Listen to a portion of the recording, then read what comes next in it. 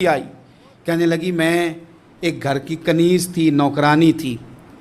उस घर में एक बच्ची थी जिसके पास सोने चांदी हीरे जवाहरात का हार था। उस ज़माने में ना चमड़े के ऊपर लोग हीरे जवाहरात लगाते थे, कई दफ़ा सुर्ख रंग के चमड़े पे लगाए जाते थे। वो बच्ची पहनती थी तो कहती हूँ बच्ची के उसने उतार के रखा या उससे गिरा वो हार तो चील उसे उठा के ले गई गोश्त समझ के, और मेरे सामने उठा के ले गई। घर वालों ने मुझसे पूछा, ये बुखारी में मौजूद है, घर वालों ने पूछा मुझसे कि वो हार कहाँ है, तो मैंने कहा चील उठा के ले गई। घर में कुछ चोरी हो जाए तो सबसे पहला इल्ज़ाम किस पे लगता है? मुलाजमीन पे। कहते उन्होंने मुझे बड़ा मारा, बड़ी तकलीफ़ थी, हत्ता कि मेरी शर्मगाह तक की तलाशी ली, मेरी इज्जत इतनी ख़राब की मैं बता नहीं सकती।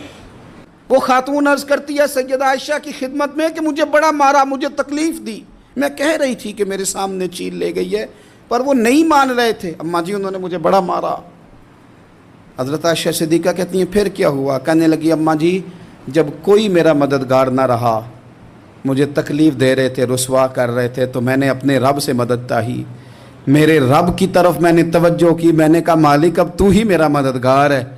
कहती है वो मुझे मार रहे थे तो वो चील जो हार ले गई थी वही लेके वापस आ गई, और हमारे सरों के करीब ला के उसने जब उस हार को फेंका, वो मुझे छोड़ के साइड पे हुए।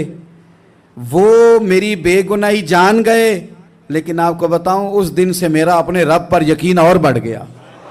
मुझे समझ आ गई कि जब इंसान पूरा टूट जाता है और जब कोई चारों जानिब उसका मददगार नहीं होता, तो रब तो होता है ना, अल्लाह तो उसका मददगार होता है ना, वो तो फिर अपने उस बंदे की मदद करता है ना, फिर वो तो तवानाई देता है ना, वो तन्हा नहीं छोड़ता।